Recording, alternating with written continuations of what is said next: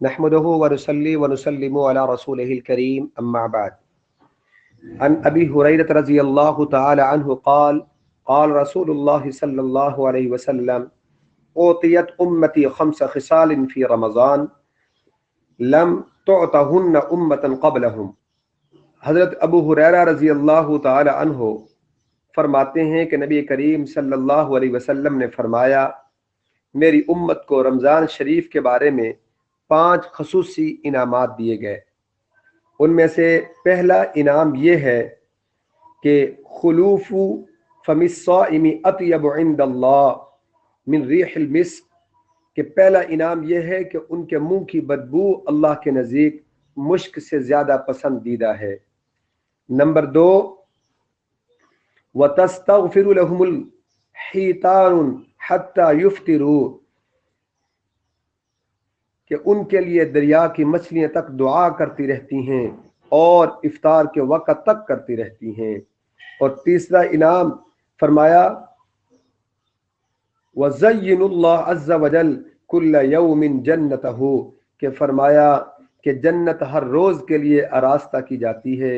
پھر اللہ تعالیٰ فرماتے ہیں کہ قریب ہے کہ میرے نیک بندے دنیا کی مشقتیں اپنے اوپر سے پھینک کر تیری طرف آئیں گے.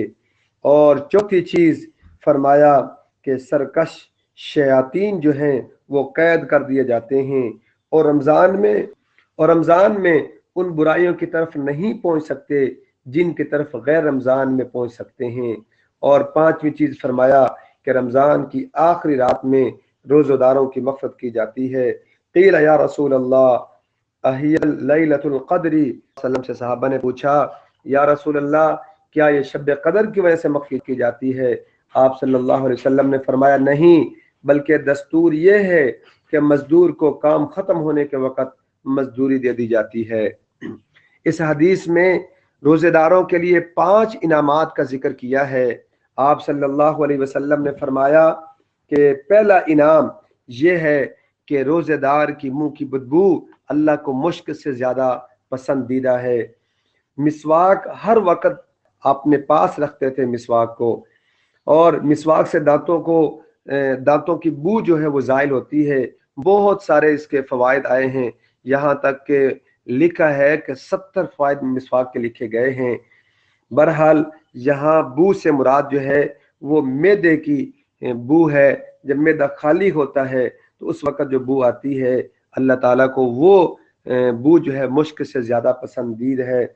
اور اس سے یہ نہیں کہ انسان منہ بھی صاف نہ کرے، بلکہ وہ تو صاف کرنا چاہیے. آپ صلی اللہ علیہ وسلم تو ہر وقت مسواک اپنے ساتھ رکھتے تھے. نمبر 2 دوسری خصوصیت مچھلیوں کے استغفار کرنے کی ہے کہ اس سے مقصود جو ہے وہ کثرت دعا ہے، کہ دعا کثرت کرنے والوں کا بیان ہے کہ اللہ تعالیٰ ان کی دعائیں قبول فرماتے ہیں.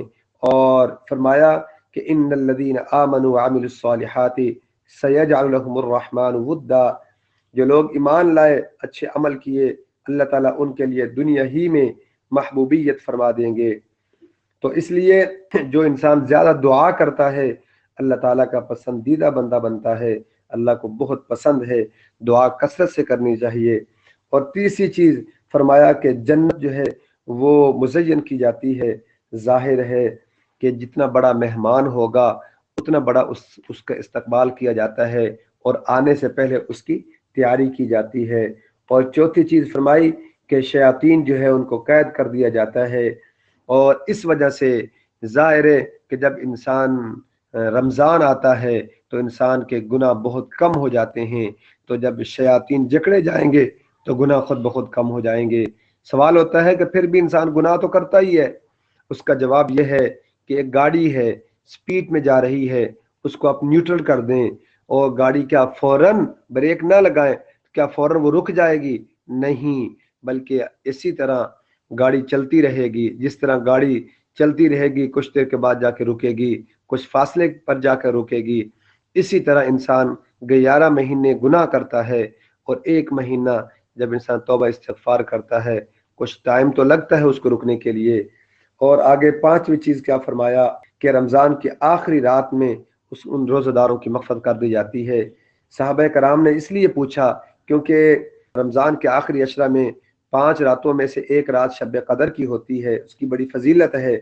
تو فرمایا نہیں، بلکہ مزدور جب کام کرتا ہے اس کی مزدوری کام کے اینڈ پر دی جاتی ہے، اس لیے فرمایا کہ روزہ داروں کی آخری رات میں مغفرت کر دی جاتی ہے۔